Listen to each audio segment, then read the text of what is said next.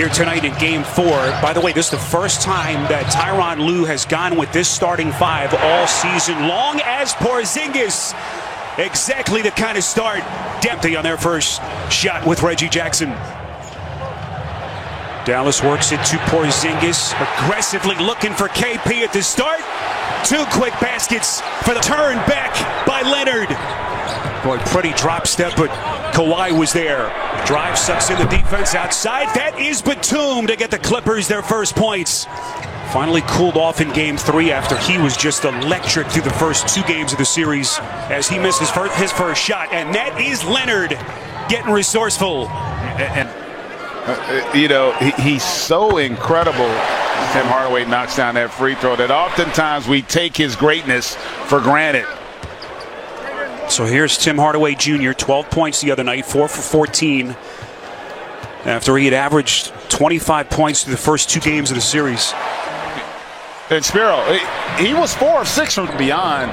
The Mavs as a team knocked down 23. They just struggled from twos in Game 3.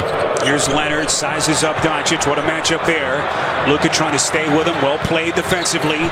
George with 6 to shoot. The spin, the leader, and puts it down. Nicely done. Their two best players are aggressive to attack the paint. This Mavs team, not a great rim protecting team. Leonard extending. Went right around Porzingis, making it look easy. 1 of 4 from three-point range there in Game 3. Those guys have to make shots if the Mavericks think they can get a game here at home tonight. Yeah, 3D and GA, usually it's the opposite. You know, the reserves play well at home, the supporting cast players and struggle on the road. It's been a little bit of reversal of fortune so far. Yeah, and part of the issue, though, Dennis and Spiro, is the Mavs can't get stops. And when you can't get stops, you're forced to have to play against a set defense. And this Clippers team, they're playing with that sense of urgency. They're pressuring the basketball. They're not allowing you to get a lot of uncontested rhythm threes in the half court. So they're going to have to pick it up on that side of the ball. Beautiful pass, Luka to Hardaway. Nice ball movement. Finney-Smith had it poked away. Jackson got a hand on it. Hardaway on a three. Fight for the rebound offensively. Porzingis had his mitts on it. It's knocked out of bounds. Last touched by the Clippers. And that's an example, if you're the Mavericks, of matching the intensity of the Clippers. Great effort here by Porzingis going after that basketball. You can see it looked like Porzingis might have touched that last, but Mavs will retain possession. Yeah, you mentioned the Mavericks defense. We spoke to Rick Carlisle. We asked him about KP, some other adjustments, everything. Every time we asked him a question, he just said, we just have to be better with our team defense. It's priority 1, 2, and 3 on their to-do list for this game.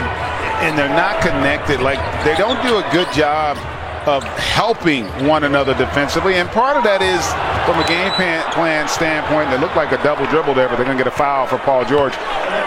You're reluctant to leave. This Clippers team, historically great shooting the basketball from 3, so you don't want to leave guys wide open in there. That's an easy call for the officials. And Paul George continuing to be aggressive. How about already in the penalty here with just under 7 minutes to go in the first quarter? Clippers led the NBA in both free throw percentage and three-point percentage this season. Both were franchise record marks for the Clippers as George misses on the first. This Memorial Day weekend, the NBA family remembers the service and sacrifice of all members of the military and their families. On behalf of the league, its teams, and players, we say thank you. To learn more about the NBA Cares Hoops for Troops program, just visit hoopsfortroops.nba.com. And the applause and the cheers you hear for Boban Marjanovic, who has become a fan favorite, really has been wherever he has played, including in LA with the Clippers. Well, I got to tell you, he's one of my favorites, too. He is just one of the nicest human beings, and oh, my goodness. Boban getting right in on the party. And that's going to get him riled up here in Dallas. At the very least, he got the crowd engaged into the game. That ends a 12-2 Clippers run. Here comes Batum. And they just cannot seem to stop fouling at this end of the floor. But look at the big fella getting out into some open terrain. And nothing Marcus Morris can do about that. Well, that was really poor transition defense. You see Kawhi Leonard there telling him, we got to get back. But you saw on the other end, though, the concern when you put Boban in the game. He's going to have to guard a perimeter player who can put the ball on the floor. That's going to create some problems for the Mavs. Let's get more on Dallas's big fella with 3D. Well, guys, getting to the game early. Boban's a crowd favorite. He's talking to the fans, taking pictures, kissing babies. Just so positive.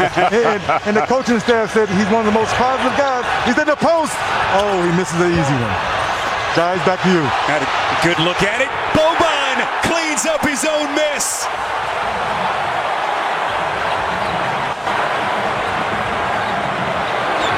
I'll give Rick Carlisle all kinds of credit. Was looking for someone to give his team a shot in the arm early in this game. Well, that's the answer, Spiro. You need instant offense. Put Boban in the game. That's what it's all about. Corner side pocket shot from George won't go. Boban Marjanovic. They feed the post, or at least try to. It's Batum with the theft. And Batum, in short order, has become such an important piece. Beautiful crossover by George. Couldn't finish. Luka, dangerous pass.